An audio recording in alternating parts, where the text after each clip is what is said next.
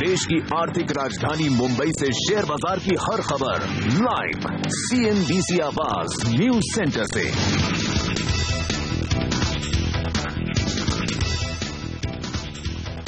लगातार 5 दिन की मजबूती के बाद भारतीय बाजारों में आज हो सकता है उतार चढ़ाव का दिन, लेकिन बड़ा सवाल है कि क्या 8,100 के नीचे फिसलेंगे या 8,200 के पार निकलेंगे, और ऐसे में क्या मिड कैप स्मॉल कैप शेयरों में आज फिर से तेजी का मौका बनेगा? क्या लेवल्स अहम है, कौन से स्टॉक्स में होंगे आपकी कमाई, इस पर होगा हमारा खास फोकस।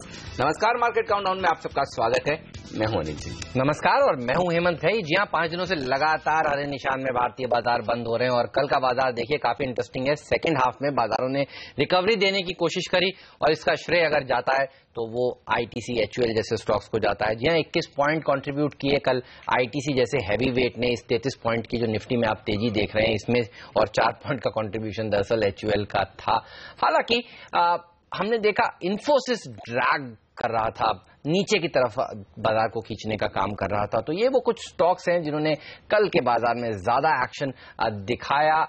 मोटा मोटी देखिए तो आप कह सकते हैं कि FMCG ने मदद करी है भारतीय बाजारों की, और IT सेक्टर ने, बैंक सेक्टर ने नीचे की तरफ प्रदर्शन दिखाया। लेकिन ग्लोबल मार्केट से आज के लिए किस तरह के संकेत हैं, चलिए जानते हैं। सीए चलते हैं आशीष के पास। आशीष बताइए। मिला जुला कामकाज, हालांकि कोई दिक्कत की बात नहीं है, क्योंकि ध्यान रखें अमेरिकन मार्केट में बेहद स्ट्रांग मोमेंटम था, अच्छी तेजी थी। तो कल का ट्रेडिंग सेशन कहना चाहिए ब्रेथ कैचअप करना, या फिर कहें सांस लेने की अमेरिकन मार्केट्स कोशिश कर रहे थे। तो कोई दिक्कत की बात उसमें बिल्कुल भी नहीं है। इनफैक्ट डाउ में जिस तरह की रैली थी पिछले 2 ट्रेडिंग सेशंस में, 500 अंक की मजबूती थी, उसके बावजूद कल भी वो हल्के हरे निशान में बंद होने में कामयाब रहा। 13-14 अंक के आसपास की फिर भी बढ़त आई। नैस्डैक और S&P में जरूर हमने देखा कमजोरी। इनफैक्ट S&P तो पिछले 5 ट्रेडिंग सेशन से लगातार मजबूती दिखा रहा था, तो उस लगातार मोमेंटम पे जरूर एक ब्रेक लगाया। 1/3% के आसपास S&P कमजोरी के साथ बंद हुआ है। क्यों आ रही है दबाव? ध्यान रखिए, एक बड़ा इंपॉर्टेंट इवेंट अब अमेरिकन मार्केट के सामने, जैसे हमारे मार्केट के सामने है, अर्निंग सीजन वहां पे भी आने वाला है। कंपनी अपने तिमाही रिजल्ट्स घोषित करने वाली हैं। तो कहा जा रहा है एक नेचुरल रिस्पांस है। एक ओवरबॉट मार्केट तो था ही, जिस तरह से तगड़ा तूल देखने को मिला था, तो न्यूज से पहले हल्की मुनाफा वसूली कुछ स्पेसिफिक स्टॉक्स में जरूर आ रही है। तो ऑब्वियसली खासतौर पर जो बैक टू बैक गेन्स के जो सेशन थे तगड़े, उसके बाद एक obvious out of the day है रिस्पॉन्स ऐसा ही था। दूसरी इंपॉर्टेंट बात, ध्यान रखें एनर्जी मार्केट्स, एनर्जी शेयर्स में अच्छा उछाल था, क्योंकि कल कच्चे तेल में ऑलमोस्ट 4 से 5% का उछाल देखने को मिला, तो वहां से फायदा मिला। लेकिन नैस्डैक में इतना अंडर परफॉर्मेंस क्यों, दबाव क्यों, 2/3% की कमजोरी क्यों? क्योंकि फिर से कल बायोटेक्नोलॉजी शेयर्स अमेरिका में पिटे थे, इसीलिए आप देख रहे हैं नैस्डैक पे प्रेशर सबसे ज्यादा देखने को मिला। यूरोप की तरफ मूव करिए, और यूरोप बेहतर रहा। फाइनली दिन के हाईज के आसपास जाके क्लोज हुआ, आधे से 1% के आसपास की मजबूती थी, और वहां पे स्टॉक स्पेसिफिक एक्शन ज्यादा था। तो तमाम माइनिंग शेयर्स, तमाम ऑटो शेयर्स में अच्छी मजबूती थी, और खासतौर पे यूरोप के मार्केट पॉजिटिवली रिएक्ट करते हैं कमोडिटी मार्केट्स पे। और कल हमने देखा जिस तरह से कच्चा तेल ब्रेंट तो $50 के पार जाता हुआ नजर आया, क्योंकि एनर्जी इंफॉर्मेशन एडमिनिस्ट्रेशन यूएस का जो EIA है, उसकी एक रिपोर्ट आई जिसमें कहा गया कि अगले साल यूएस का आउटपुट और कमजोर होता हुआ नजर आएगा। उसने और एडेड टूल दिया है। कच्चा तेल तो वैसे ही उछाल दिखा रहा था, कल और अच्छा उछाल आता हुआ नजर आया।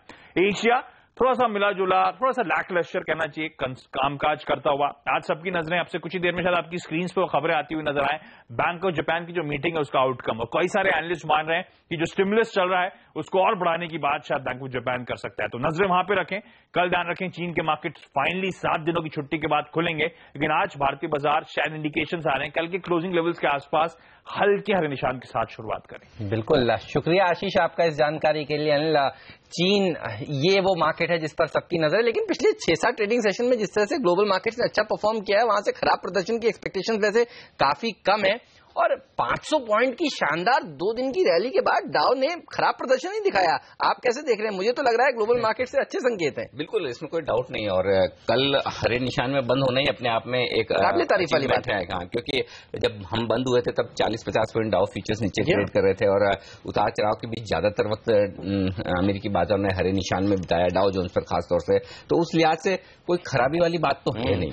अब जहां तक चीन के बाजारों का सवाल है, ये बात जरूर है कि इतने दिनों के बाद कल जब बाजार खुलेंगे तो बड़ी नजर होगी कि वहां पर क्या कुछ होता है, लेकिन ऐसा लग नहीं रहा कि चीन के बाजार कोई बहुत बड़े गैप से ऊपर या नीचे खुलेंगे शायद। अगर और 2-3% का मूव चीन में बहुत बड़ा माना नहीं जाता है। मतलब ऐसा लगता है कि दुनिया भर के बाजारों से जो संकेत है वो हमारे लिए पॉजिटिव साइड पर है। और आज भी आप देखिए ना, निक्केई को छोड़ दे जो मामूली से लाल निशान में, बाकी सारे बाजार तो अच्छे खासी तेजी में है।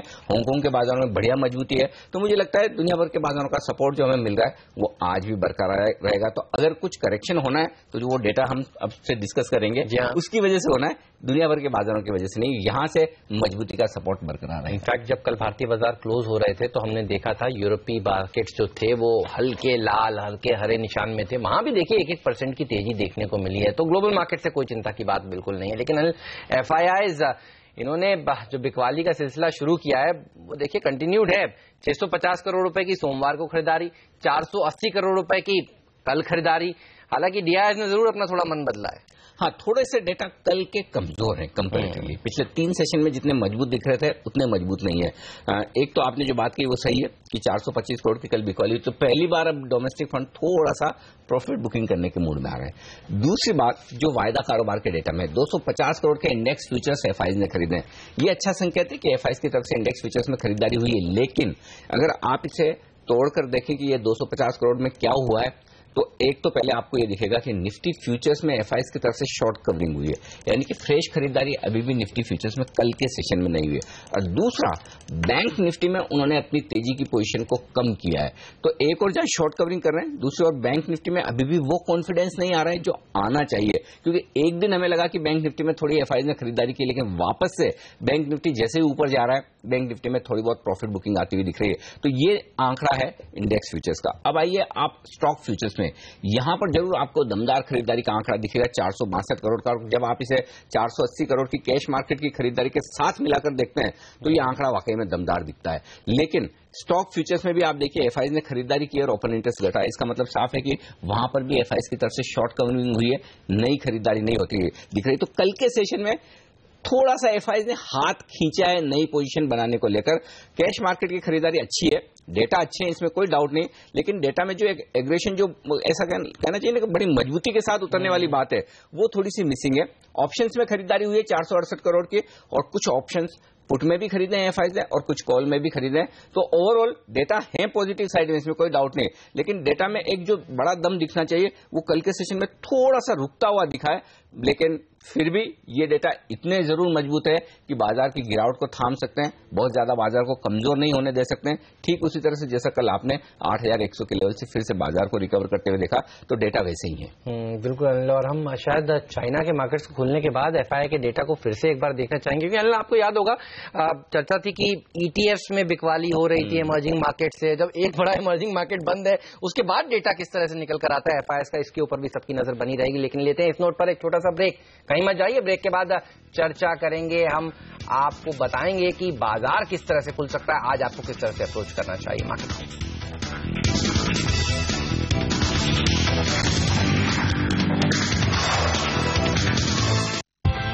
क्या आज भी पूरा दिन स्क्रीन के सामने बैठकर निकाल देंगे? अरे अपने दिल के बारे में भी कुछ तो सोचिए। दिल का ख्याल रखना भी बेहद जरूरी है। आखिर कैसे रखते हैं आप अपने दिल का ख्याल? इसमें दोस्त, खाना पीना और घूमना फिरना सबकी बड़ी भूमिका है। तो चलिए आज आपकी डेट है CNBC आवाज के साथ, जहां हम आपको बताएंगे कि दिल को दुरुस्त रखने का खास नुस्खा क्या है।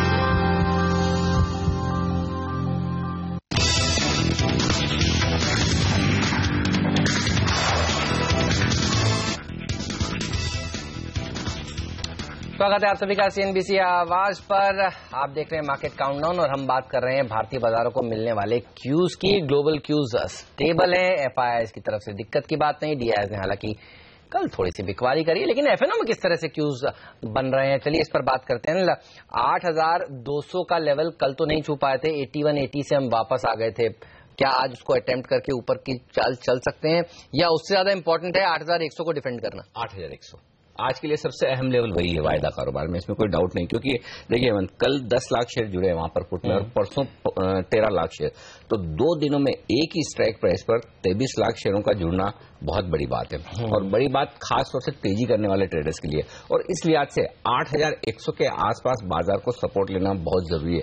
10-20 पॉइंट ऊपर नीचे होना एक अलग बात हो सकती है, लेकिन 8,100 की अहमियत इस लिहाज से भी है वायदा कारोबार में कि अगर आप उसके नीचे फिसले तो फिर आपके लिए नीचे की रिस्क काफी खुलती हुई दिख सकती है, क्योंकि जो 8,100 पर ये ओपन इंटरेस्ट भारी भरकम बना है, ये तेजी करने वाले ट्रेडर्स अपनी पोजीशन हल्की करने की फिर कोशिश करेंगे। तो मैं ये मानता हूं कि जिस तरह के ग्लोबल संकेत है, जिस तरह से डेटा दिख रहे हैं, उसको देखकर लगता नहीं कि 8,100 आज फिर हम तोड़ेंगे, लेकिन अगर तोड़ दें तो फिर दिक्कत वाली बात है। ये है वायदा कारोबार के लिए पहला संकेत। दूसरा संकेत है बैंक निफ्टी का। लगभग 0.5% कमजोर कल हम बंद हुए बैंक निफ्टी पर और 1,30,000 शेयर कम हुए। कुछ शॉर्ट्स बनी है एफआईसी की तरफ से और बाकी ट्रेडर्स ने अपनी तेजी की पोजीशन को कम किया है। तो अब बैंक निफ्टी के लिए अगर आज आप ट्रेड करें तो आपके लिए स्ट्रिक्ट स्टॉप लॉस बन जाता है 17,400 के आसपास कैश लेवल का। 17,400 के नीचे बैंक निफ्टी ट्रेड करने लगे तो फिर आप ये समझिए कि जो कुछ भी तेजी होनी थी हो चुकी है और अब बैंक निफ्टी में तेजी की पोजीशन रखना थोड़ा सा रिस्की है। ऊपर की तरफ बैंक निफ्टी 18,000 तक जाने की कोशिश कर सकता है, हाईएस्ट ओपन इंटरेस्ट वहीं पर है और बैंक निफ्टी में जो पोजिशनल ट्रेड कर रहे हैं उनके लिए 17,000 का लेवल इसलिए अहम है कि 17,000 के लेवल पर पुट में हाईएस्ट ओपन इंटरेस्ट है। तो बैंक निफ्टी की रेंज बहुत साफ नजर आ रही है 17,000 से 18,000 और सिर्फ शॉर्ट टर्म आज के लिए अगर आप ट्रेड देख रहे हैं तो वो 17,400 है। निफ्टी में कल देखिए किसी तरह का कोई ओपन इंटरेस्ट में खास बदलाव नहीं है, 10-20 हजार शेयर छोड़ दीजिए। इसका मतलब साफ है कि कल पहली बार ऐसा लग रहा है कि तेजी करने वाले ट्रेडर्स भी अब थोड़े से हल्के होते हुए दिख रहे हैं। उन्होंने भी निफ्टी में प्रॉफिट बुकिंग की है, थोड़ी शॉर्ट कवरिंग तो हुई है एफआईएस की तरफ से, लेकिन ट्रेडर्स ने प्रॉफिट बुकिंग की है तो ट्रेडर्स का कॉन्फिडेंस ऊपर के लेवल पर थोड़ा सा कम नजर आ रहा है। वैसे एक तरह से ठीक है कि बाजार 5 दिनों से मजबूत है और ट्रेडर्स उतने कॉन्फिडेंट है नहीं। जो ऑप्शंस में डेटा है वो साफ तौर पर बता रहे हैं 8,100 के लेवल पर जो कल 10 लाख शेयरों का ओपन इंटरेस्ट बढ़ा है पुट में, वो आपके लिए सपोर्ट का काम करेगा। ऊपर की तरफ 8,300 जहां पर हाईएस्ट ओपन इंटरेस्ट कॉल में है तो वहां पर जाना भी थोड़ा मुश्किल होगा। तो जो ट्रेडिंग रेंज है वो 8,000 से लेकर 8,300 की पोजिशनल ट्रेडर्स के लिए और इमीडिएटली जो इंट्राडे ट्रेडर्स आज निफ्टी को ट्रेड कर रहे हैं वायदा कारोबार के लिहाज से उनके लिए ट्रेडिंग रेंज 8,100 8,200 की साफ दिख रही है। बिल्कुल, तो इस ट्रेडिंग रेंज में आप ट्रेड कर सकते हैं। लेकिन आपकी स्क्रीन पर अभी एक खबर फ्लैश हो रही थी डॉक्टर रेड्डीज की। डॉक्टर रेड्डीज की एक दवा को यूएसएफडीए से मंजूरी मिली है, तो आज भी फार्मा शेयर फोकस में रहेंगे। क्रेडिट स्विस की तरफ से सन फार्मा में अपग्रेड आया, यही सेक्टर क्या आज भी अच्छा प्रदर्शन दिखाएगा। कल भी हमने देखा था भारतीय बाजारों में जो थोड़ा सहारा मिल रहा था वो फार्मा से मिल रहा था, वो एफएमसीजी सेक्टर से मिल रहा था। बिल्कुल, इसमें कोई डाउट नहीं कि थोड़ी बहुत खरीदारी डिफेंसिव शेयरों में होती हुई दिख रही है। फार्मा, चुनिंदा आईटी शेयर भी थोड़ा सा फोकस में, लेकिन आज कैबिनेट की बैठक पर नजर है। अगर उस बैठक में ये डिस्कॉम्स की रिस्ट्रक्चरिंग पर कोई डिसीजन होता है तो फिर पावर कंपनियां, पावर फाइनेंस कंपनियां, बैंक्स ये लीड कर सकते हैं। तो सेक्टरल चर्निंग हो सकती है हेमंत। और 10:30 बजे मीटिंग है तो 11 साढ़े 11 बजे के बाद मार्केट के मुंह को देखना चाहिए। अगर यहां से जरा भी पॉजिटिव संकेत आता, हालांकि ये राह इतनी आसान नहीं कि हो ही जाए, कई सारे राज्य विरोध कर रहे हैं, लेकिन एक फैसला अगर होता है ना कैबिनेट में तो वो बड़ा फायदे का होगा और उस लिहाज से सेंटीमेंट बेहतर होगा। और फिर बैंक निफ्टी से जो लीडरशिप नहीं आ रही है वो बैंक निफ्टी से लीडरशिप आ सकती है और फिर बैंक निफ्टी आपको 18,000 तक जाने की कोशिश कर सकता है और फिर बाजार 8,200 के पार निकल सकता है, वहां तक कम से कम अटेम्प्ट कर सकता है। तो ये एक बड़ा सेक्टर होगा जिस पर अगर डेवलपमेंट होता है तो वहां नजर डेफिनेटली होनी चाहिए। वहां कुछ भी पॉजिटिव फैसला है तुरंत आप तेजी के मूड में आ जाइए, ये ध्यान रखिए। और नेगेटिव आए तो नहीं हो एजेंडे में, तो कुछ नहीं है तो फिर कुछ नहीं है, फिर तो लोग मानकर चल रहे हैं क्योंकि कल इसी बात पर तो करेक्शन हुआ है बैंक निफ्टी में और पावर पीएफसी आरएससी ले गिरे हैं। तो 10-11% सोमवार को सब चले, उसके बाद कल थोड़ा गिरे, लेकिन पूरी तरह से देखिए अभी गिरावट बाकी है लगता है। अगर नहीं हुआ कैबिनेट के उस एजेंडे में तो इस शेयरों में रिएक्शन भी नीचे की तरफ थोड़ा और कमजोर हो सकते हैं। वैसे भी बैंक निफ्टी में उतनी मजबूती नहीं जितनी हम देखना चाहते हैं, तो इसीलिए मैं कह रहा हूँ कि 17,400 बैंक निफ्टी का स्टॉप लॉस है और अगर पॉजिटिव आ जाए तो 18,000 तक जा सकता है। जहां तक आज की रणनीति का सवाल है, शुरुआती कारोबार में बाजार को स्टेबल होने दे, देखें बाजार डायरेक्शन किस तरफ ले रहा है। 8,175 8,200 की तरफ आए, एक बार की प्रॉफिट बुकिंग करके इंतजार कर सकते हैं। नीचे की तरफ 8,100 के आसपास आए, वहां पर खरीदारी कीजिए। कल हम यही बात कर रहे थे कि आप इन लेवल्स पर नजर रखिए, परसों में कह रहे थे एक लगातार खरीदारी का मौका है। अब भी अगर आप एक डायरेक्शनल कॉल लेना है तो बाय ऑन डिप्स का बाजार अब भी है, बाजार की चाल में अभी भी कोई बदलाव हुआ नहीं है। लेकिन अगर आप इंट्राडे ट्रेड करना चाहें तो फिर आज आपके लिए कॉन्ट्रा ट्रेड लेकर काम करना जरूरी होगा, क्योंकि रेंज टाइट है, छोटी है और उस बीच में आपको दोनों तरफ मौके मिलेंगे। तो थोड़े उतार चढ़ाव के लिए अब आपको तैयार होना पड़ेगा। जो 5 दिनों तक एकदम आराम से आपको अच्छी तेजी मिल गई, अब वो उतनी आसान तेजी है नहीं। लेकिन जब आपको दिख रहा है कि सेंसेक्स निफ्टी रेंज बाउंड है, ज्यादा उतार चढ़ाव नहीं भी दिखाएंगे अगर रेंज के बीच में, तो फिर मिड कैप और स्मॉल कैप शेयर अब आपको ज्यादा एक्शन में दिखेंगे। बस यहां पर सावधानी एक ही रखनी है पेनी स्टॉक्स, कचरा शेयर जिनमें क्वालिटी नहीं है, अब वो शेयर भी चलने लगे। तो वहां पर सावधान रहें। अच्छी क्वालिटी के मिड कैप शेयरों में अब भी अच्छा एक्शन रहेगा, अच्छा मौका रहेगा। फंड जहां पर खरीदारी कर रहे हैं उस पर नजर रखिए और तेजी के मूड के साथ ट्रेड कीजिए। तो लेवल्स के हिसाब से रेंज रखकर 8100 8200 की रेंज को ट्रेड करने की कोशिश करें और इस रेंज के बाहर निकलते ही आपके लिए 100 पॉइंट का मूव तैयार होता हुआ दिखा है, उसे एंजॉय करें। बिल्कुल। और क्वालिटी स्टॉक्स कहां पर आपको खरीदारी करनी चाहिए ये सब बताते हैं सीएनबीसी आवाज पर हम हर रोज, और आज भी बताएंगे। ब्रेक के बाद ही आपको बताएंगे कौन से वो टॉप 10 स्टॉक्स हैं जिस पर आपकी नजर जरूर होनी चाहिए। आप देखते रहिए सीएनबीसी आवाज।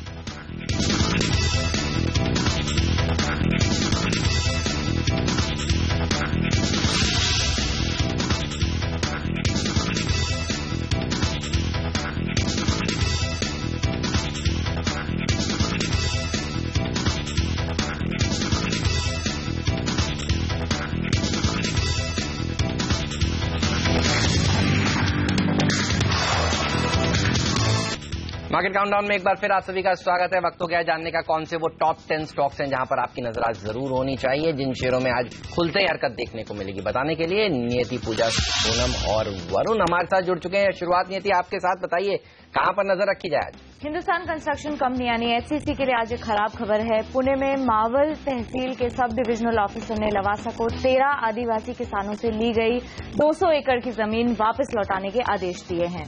वही कच्चे तेल में जो जोरदार उछाल आया है उसके चलते केन, ओएनजीसी, एचपी, बीपी, आईओसी, ये तमाम oil and gas related sectors की जो कंपनीज है उनमें आज अच्छा एक्शन देखने मिल सकता है। ऑरबिंदो फार्मा के शेयर पर नजर। नेटवर्क एक्सक्लूसिव खबर के मुताबिक कंपनी क्यूआईपी लॉन्च करती दिखेगी। इस क्यूआईपी के जरिए कंपनी की 250 से 300 मिलियन डॉलर्स रुपए जुटाने की योजना है। यहाँ पे प्रमोटर्स की हिस्सेदारी 53.92% पे है। इस क्यूआईपी में इक्विटी डायल्यूशन लगभग 3 से 4% का होगा, मतलब प्रमोटर की हिस्सेदारी 50% के ऊपर बनी रहेगी। इसके अलावा अडानी एंटरप्राइजेस ने शेमॉइल अडानी पीटी कंपनी लिमिटेड, जो कि अडानी और शेमॉइल के बीच में एक जॉइंट वेंचर था, शेमॉइल जो कि ग्लेनकोर की सब्सिडरी है, उसका दरअसल 49% स्टेक अडानी एंटरप्राइजेस ने खरीद लिया है और अब ये कंपनी को केवल अडानी एंटरप्राइजेस ही रन करेगी। इसका जो नाम है वो बदल के अडानी बंकरिंग किया जाएगा। सिर्फ यही नहीं, और एक खबर ये है कि कंपनी अडानी एंटरप्राइजेस की जो ऑस्ट्रेलिया में all important chemical coal mine थी उसके जो परमिशन है उसमें और भी डिले हो सकता है, क्योंकि ऑस्ट्रेलिया के जो एनवायरमेंट मिनिस्टर है उनका ये कहना है कि अब तक इस कंपनी ने जो वाइल्ड लाइफ को कोई भी नुकसान नहीं होगा इसकी कोई भी रिपोर्ट अब तक सबमिट नहीं की है और इसके लिए ये जो माइनिंग है वो शुरू होने में अभी और भी समय लग सकता है। शोभा लिमिटेड, जिसको आप शोभा डेवलपर्स के नाम से भी जानते हैं, यहाँ पे कंपनी ने अपने दूसरे तिमाही के ऑपरेशन नंबर्स घोषित किए हैं। कमजोर देखने मिल रहे हैं। कुल सेल्स वैल्यू में लगभग 10% की गिरावट, तो एवरेज प्राइस रियलाइजेशन में लगभग 11.5% की गिरावट दिखाई दी है। सिर्फ बैंगलोर, चेन्नई के सेल्स मजबूत रहे, वरना देश भर के डिमांड में बेहद ही कमजोर दिखाई दी है। अगर फेस्टिव सीजन कंपनी का अच्छा नहीं पैन आउट होता तो शायद कंपनी अपने वित्त वर्ष 2016 के गाइडेंस को पूरा नहीं कर पाएगी। मैक्वायरी ने अपने आउट परफॉर्मेंस की रेटिंग तो बरकरार रखी है, अपने लंबे अवधि के लिए 555 का लक्ष्य बनाए रखा है। उनके मुताबिक प्री सेल्स बेहद ही कमजोर है। फर्स्ट हाफ अब शोभा का कमजोर रहा है। अगर वित्त वर्ष 2016 का कंपनी को अपना गाइडेंस पूरा करना है तो कंपनी को सेकेंड हाफ में काफी ज्यादा पिकअप करना पड़ेगा।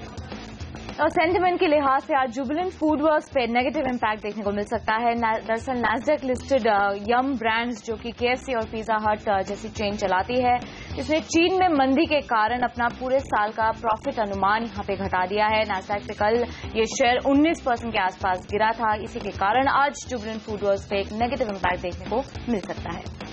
जयप्रकाश पावर वेंचर्स, कर्ज का सही भुगतान नहीं होने के कारण केयर ने जयप्रकाश पावर वेंचर्स से करीब 11,800 करोड़ के टर्म लोन की रेटिंग BB से घटाकर अब D की कर दी है। केयर का मानना है कि कंपनी के जो थर्मल पावर प्रोजेक्ट है वहां पर कैश फ्लो की कुछ दिक्कतें हैं और लेंडर्स रीफाइनेंसिंग के प्रस्ताव पर भी विचार कर रही है। और टाटा कम्युनिकेशंस के लिए आज एक पॉजिटिव खबर है। सिंगापुर टेक्नोलॉजी टेलीमीडिया, जो कि इन्वेस्टमेंट यूनिट है टेमासेक होल्डिंग्स की, ये टाटा कम्युनिकेशंस के डेटा सेंटर कारोबार को खरीदने की दौड़ में शामिल होगी। ये डील करीब 4,421 करोड़ रुपए में हो सकती है।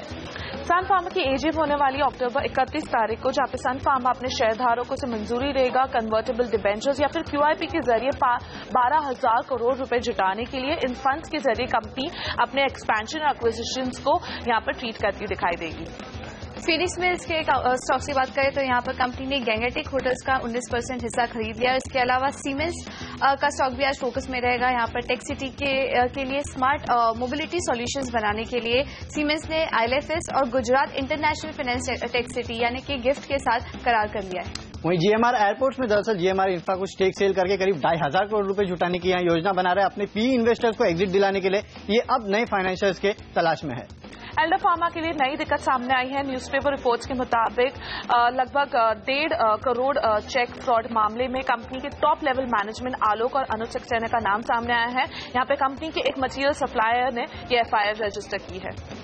ऑलराइट, चलिए तो ये तमाम ऐसे स्टॉक्स हैं जिस पर आज आपकी नजर जरूर होनी चाहिए। शुक्रिया आप सभी का इस जानकारी के लिए। बताएंगे आपको शो में आगे कि कैसे ट्रेड करें इन शेयरों को। लेकिन इंटरनेशनल मॉनेटरी फंड यानी IMF ने भारत सहित पूरे दुनिया भर का ग्रोथ अनुमान घटा दिया है। जी हाँ, IMF ने 2015 के लिए GDP ग्रोथ अनुमान 7.5% से घटाकर 7.3% कर दिया। लेकिन IMF का मानना है कि भारत की ग्रोथ रफ्तार दूसरे उभरते देशों के मुकाबले ज्यादा रहेगी।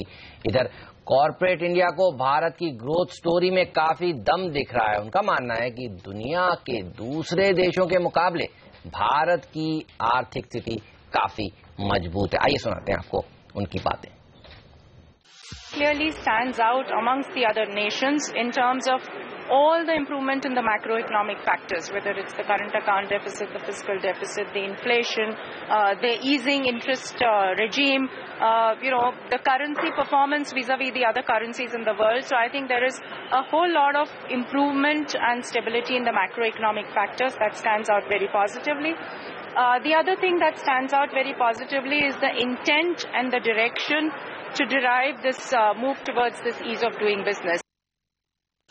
My own experience has been that things are looking up. I think that, there is very positive stuff that's happening in terms of progress on highways. I think coal production has gone up. So, for example, our cement offtake has gone up because of orders being placed for highways by the ministry.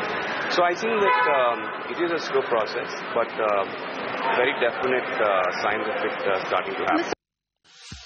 It certainly has improved. It needs to be accelerated further, obviously with more reforms and more measures taken, removing more clerical hurdles.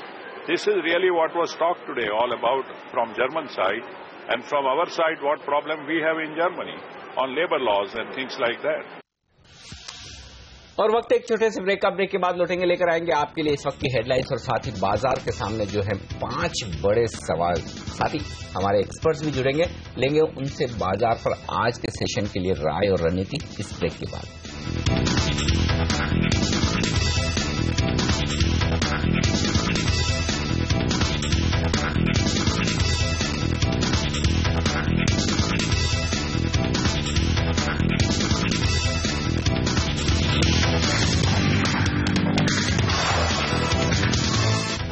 और आगे बढ़ने से पहले नजर डालते हैं इस वक्त की हेडलाइंस पर। अमेरिकी बाजारों से कल रात मिले जुले संकेत। डाउ और S&P में कोई बढ़त, एशियाई बाजारों की मजबूत शुरुआत और SGX निफ्टी में सुस्ती। कच्चे तेल में 4% तक का उछाल, भंडार कम होने के ताजा अनुमान से आई तेजी। ब्रेंट क्रूड $50 के पार। ग्रोथ को लेकर IMF ने बजाई खतरे की घंटी। 2015 के लिए भारत का ग्रोथ अनुमान 7.5% से घटाकर 7.3% किया। ग्लोबल ग्रोथ का लक्ष्य भी घटाया।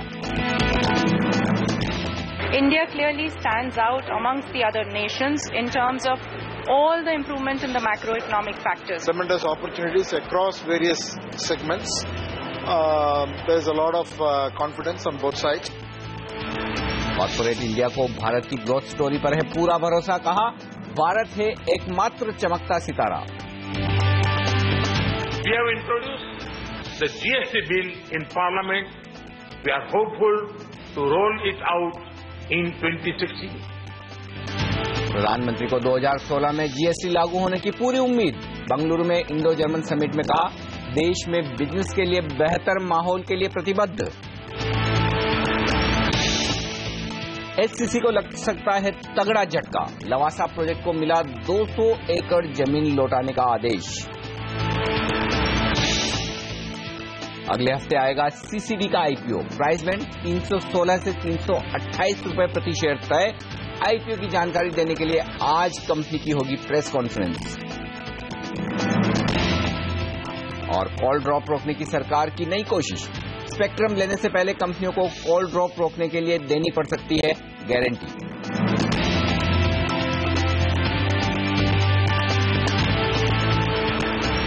और लगातार 5 दिनों की तेजी। अब बड़ा सवाल ये कि दुनिया भर के बाजारों से जो संकेत मिल रहे, क्या आज तेजी का सिक्सर लगेगा, लगातार छठे दिन हम मजबूत रहेंगे, ये एक सवाल है। इसके साथ ही कुछ और अहम सवाल है जिन पर आपकी होनी चाहिए नजर, और ये सारे सवाल लेकर हमारे साथ जुड़ चुके हैं हेमंत। शुक्रिया अनिल। पहला सवाल तो आपने बता ही दिया, क्या छठे दिन लगातार तेजी होगी या नहीं, लेकिन उससे बड़ा सवाल ये है कि 8,100 ये वो सपोर्ट है जिसको कल हमने रेस्पेक्ट किया, आज भी क्या बाजार इसको रेस्पेक्ट करेगा, इसके ऊपर जाकर समाप्ति देगा? कल आपको याद होगा 8,150 के ऊपर जाकर समाप्ति दी थी। 8,100 के स्तर को एक बार तोड़ा जरूर था इंट्राडे में निफ्टी ने, लेकिन एक हफ्ते बाद, क्योंकि कल चाइना के मार्केट्स खुलेंगे, क्या हो आपकी रणनीति, किस तरह से खुल सकते हैं? वैसे आप देखें, जब एक हफ्ते चाइना के मार्केट्स बंद थे तो ग्लोबल मार्केट्स ने अच्छा प्रदर्शन दिखाया है।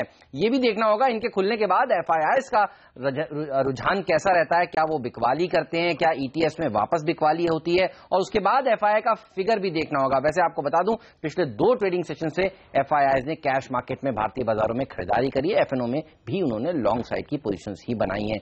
लेकिन आप देखिए, कच्चा तेल कमोडिटी में एक वापस उछाल देखने को मिल रहा है। क्या यहां से थोड़ी सी चिंता की बात है? अब इस पर भी बाजार की नजर आज बनी रहेगी। तो ये हैं वो 5 बड़े सवाल जिस पर सबकी नजर है आज। बिल्कुल, और इन सवालों के जवाब लेते हैं। हमारे एक्सपर्ट्स हमारे साथ जुड़ चुके हैं फंडामेंटल राय देने के लिए। हमारे साथ हमारे स्टूडियो में जियोजीत बीएनपी पारिबा के फंडामेंटल एक्सपर्ट गौरांग शाह, और तकनीकी राय देने के लिए मंगल केशव सिक्योरिटीज के सीनियर एनालिस्ट राजेश सातपुते। आप दोनों का ही स्वागत है सीएनबीसी आवाज पर। नमस्कार गौरांग, 5 दिन तेजी हो चुकी है, 8,100 8,200 की रेंज में आ चुके हैं। खरीदारी का मौका है अभी, या फिर देर हो चुकी है, थोड़ा लेट हो गए, इंतजार करना ठीक रहेगा? अनिल जी सुप्रभात पहले तो आपको, और इंतजार करेंगे तो मेरे ख्याल से इंतजार ही करते रह जाएंगे, और ये मौका कई बार लोग गवा चुके नीचे की तरफ। लेकिन एक चीज से मैं अभी हेमंत जो जिक्र कर रहे थे कि चाइना के बाजार बंद थे तो पूरे विश्व भर में तेजी थी, तो मेरे ख्याल से ताला ही लगा देना चाहिए चाइना के मार्केट को, क्योंकि उसको लेकर के काफी असमंजस स्थिति पैदा होती है। लेकिन ये एक लाइटर नोट पे था। मेरा ये मानना है कि हम एक ऊपरी स्तर के आसपास काम कर रहे हैं, और अंदाजा ये था अनिल जी कि 8,050 8,100 के आसपास मुनाफा वसूली हावी हो सकती है, ऊपर की तरफ के दायरे और कम हो सकते हैं। और क्योंकि नतीजों का सिलसिला बहुत जल्द शुरू होगा, मैं ये मानता हूं कि अब किसी भी ऊपर की तरह और टिक पाना बहुत जरूरी होगा, पहली बात। दूसरी बात, नतीजों के आधार पर मेरे ख्याल से क्षेत्रों को देख करके कंपनियों पर असर आएगा। और सबसे अहम बात अनिल जी यह है कि नवंबर पहले दूसरे हफ्ते मेरे ख्याल से बिहार के चुनाव के नतीजे आ जाएंगे, तो ये एक बहुत ही बड़ा डायरेक्शनल इंडिकेटर होगा मार्केट के लिए। अगर छोटी अवधि का नजरिया, अगर उसी नजरिए से आपने पैसे लगाए, तो अगर जोखिम झेलने की क्षमता कम है आपके पास, तो मेरी राय में ये जो 8,100 8,125 50 के आसपास मुनाफा वसूली जायज होगी। कैश कंपोनेंट को बढ़ाना चाहिए। बिल्कुल, लेकिन जो चीन के बाजारों की आपने बात की है जिनमें ताला लगा हुआ है, कल ताला खुलने वाला है, किस तरह से ताला खुलेगा, किस तरह का मूव होगा, ये जानने की कोशिश करते हैं। विदेशी निवेशक क्या सोच रहे हैं दुनिया भर के बाजारों के बारे में और चीन के बाजारों पर, इस पर एक राय लेते हैं। दुबई से हमारे साथ बैंक इंटरनेशनल लग्जमबर्ग के चीफ स्ट्रेटेजिस्ट हैंस गोइटी कार्यक्रम में शामिल हो रहे हैं। Hans, good morning to you. First and foremost question, good morning, do you see that risk on trade in equities is coming back in global markets, and do you think this rally has some more legs and upside left? Well, I think what's helping global markets in the next few months is clearly the perception that the Fed is not going to move this year. I think the latest numbers, especially the unemployment report, is a disappointment, and the chances of a rate hike this year has diminished greatly. So there's a good chance that they will only move in first quarter of 2016, if at all. You have the ECB, you have the Bank of Japan, who are on an easing bias. There's a good chance that they will extend QE. So we think that for risky assets, that's still good globally, but it's developed and emerging markets. Good morning, Hans. This is Hemant. I just want to ask you, we were earlier seeing, a fall in commodity prices. Now we are seeing this impact going to other consumption stories as well. Yesterday we saw Yum brand earnings were missed, and in the second half of the US trade, we saw a 19% fall in Yum brand stock. How do you see this? Well, I mean, if the question is on commodities, I would think that we had, very depressed sentiment, and they were more or less ready for a rebound. And we don't think this is going to be something that is sustainable. But I think they tried to find the bottom here. So we may have seen that the worst is over, but the upside remains limited because global growth remains very subdued. In fact, the only area of growth that we see globally is the U.S. economy, which is growing at a relatively okay pace, low by historical standards, but on a relative basis still looks good. So the U.S. will remain an engine of growth for the world, and that could probably contribute to commodities bottoming out here. Mm-hmm. Hence, after a long holiday, Chinese market will open tomorrow. What do you see? How would that react? And the bounce back in commodities, what we have seen in crude and other commodities, do you think China would follow the trend of bullishness, what we have seen in commodities and other global markets? Well, China will obviously go along the path of reform. They are rebalancing the economy, everybody knows that, towards consumption, and that lowers growth rate, and of course would probably put a bit of a damper on the demand for commodities.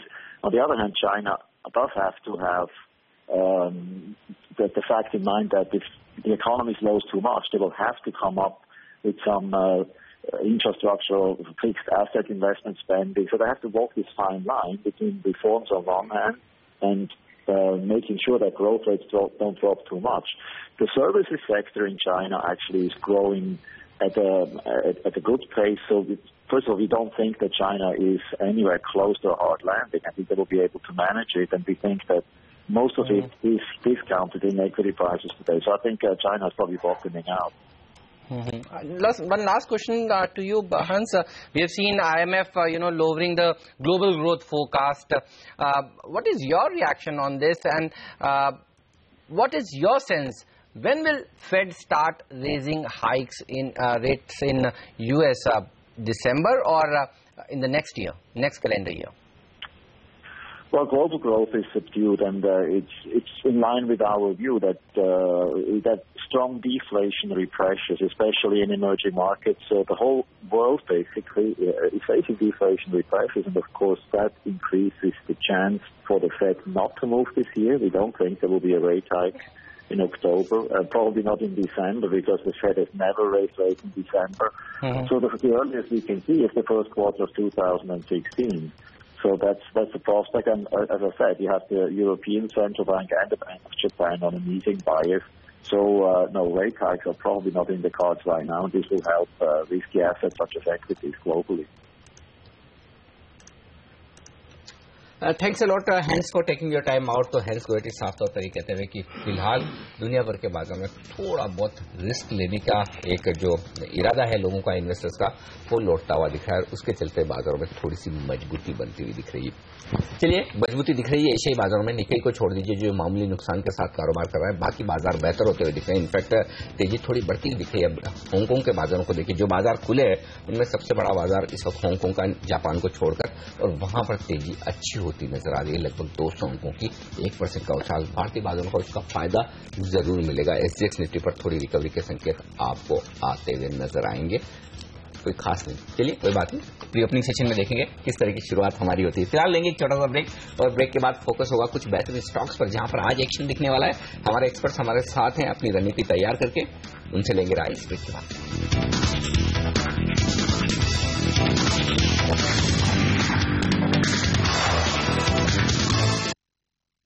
ये चुनाव बिहार का है, लेकिन फैसला होगा हिंदुस्तान का। पार्टियों की पूरी ताकत लगी है और इज्जत भी दांव पर है। क्या है चुनाव के असली और बड़े मुद्दे, और क्या चल रहा है वोटर के दिमाग में? देखिए बिहार की जमीनी हकीकत मेरे नजरिए से।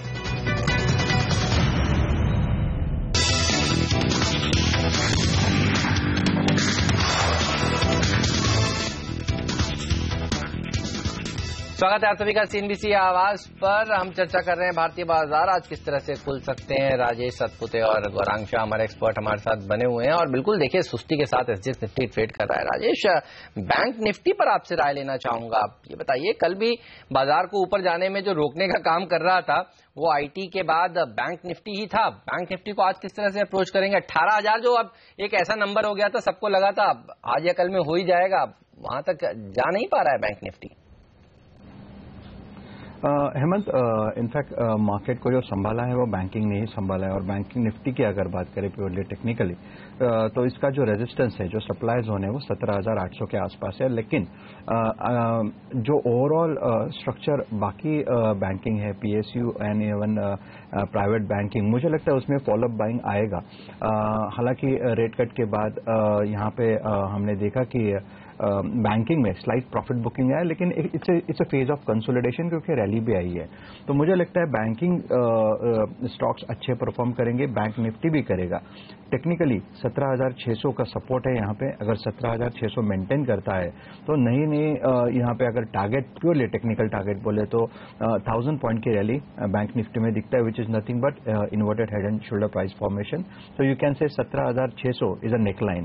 तो 17,600 का बैरियर सपोर्ट रहेगा, उसी सपोर्ट के ऊपर 1000 पॉइंट मिनिमम रैली आना चाहिए। और ऐसा ही कुछ मामला दिख रहा है निफ्टी में भी राजेश कि 8,175-80 के ऊपर आज निकल जाए तो फिर क्या 75-100 पॉइंट की तेजी निफ्टी में भी नजर आ रही है। और क्या स्टॉप लॉस अब तेजी करने वाले ट्रेडर्स के लिए क्या होना चाहिए? हाँ अनिल जी, इनफैक्ट हमने निफ्टी में वही व्यू शेयर किया था। इनफैक्ट थोड़ा सा मैं निफ्टी में बताना चाहूंगा। 21 तारीख को 21 अगस्त को हमने गैप डाउन देखा था निफ्टी में। 8,310 का क्लोज था और दूसरे दिन बाजार 8,060 के आसपास खुला था और वहां से हमने सेलिंग देखा था निफ्टी में, जो कि 7540 का लो किया। ये जो रैली है, ये रैली एक ऐसे पड़ाव पे आ चुकी है 8050 का ब्रेकआउट देने के बाद। मुझे लगता है ये मार्केट आगे चल के अच्छा परफॉर्म करेगा। जो पोजिशनल बेसिस पे सपोर्ट है, again 8050 is nothing but a neckline of inverted head and shoulder price formation. So you can say जो कॉलपुट का जो बेस है, जो 7,500 का है, वो स्लोली शिफ्ट होगा 8,000 के आसपास। That is what I am looking at. और मुझे लगता है आगे चल के निफ्टी का जो प्राइस टारगेट है, that is somewhere near 8550। Intermediate resistance जो रहेगा वो रहेगा रफली 8285 and 8350। So I am quite bullish on market. Alright, चलिए वक्त है ब्रेक का। ब्रेक के बाद बताएंगे आपको कुछ स्टॉक्स जहां पर आज आपकी नजर जरूर होनी चाहिए।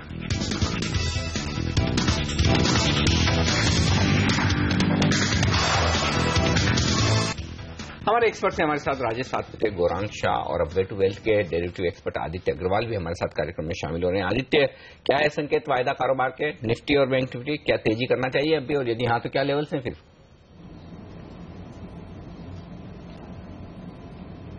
Morning Anil ji. Well definitely means last हम कुछ दिन का ट्रेडिंग सेशंस देखें और जैसे पोजीशन बनी है तो उसके हिसाब से लगता है कि मार्केट यहां से जो मोमेंटम है अपसाइड का वो कंटिन्यू रहेगा। ऊपर में निफ्टी 8200 से लेकर 8250 तक के लेवल दिखा सकता है। अगर हम ऑप्शंस का डेटा देखें तो उससे भी क्लियरली लगता है कि 8250 एक रेजिस्टेंस रहेगा जहां पे काफी स्ट्रॉन्ग रेजिस्टेंस है, जहां पे काफी ज्यादा हमने कॉल लाइटिंग देखी है। पिछले कुछ दिनों में देखा है कि कॉल लाइटिंग वहां पे बड़ी है। तो मुझे लगता है कि वहां पे आके निफ्टी की जो तेजी की रफ्तार है थोड़ी सी एक कमी चाहिए, वहां पे एक मुनाफा वसूली देखने को मिल सकता है। बट एज ऑफ नाउ देखें तो हमको लगता है कि यहां से निफ्टी में कोई एक इंट्राडे करेक्शन भी आता है 20-25 पॉइंट का, तो as a buying opportunity use करना चाहिए। हमें 8250 के आसपास एक अपना लॉन्ग पोजीशन से प्रॉफिट बुक करके निकलना चाहिए। ऑलराइट, चलिए लेते हैं ब्रेक के बाद प्री ओपनिंग सेशन हाजिर करेंगे। बताएंगे आपको निफ्टी किस तरह से खुलने के संकेत दे रहा है आज प्री ओपनिंग सेशन में, और ये भी बताएंगे कि रुपए की ओपनिंग आज कैसी हो रही है। 5 दिनों की लगातार मजबूती के बाद कल हमने देखा था रुपए में थोड़ी कमजोरी देखने को मिली थी। आज क्या रणनीति हो, ब्रेक के बाद।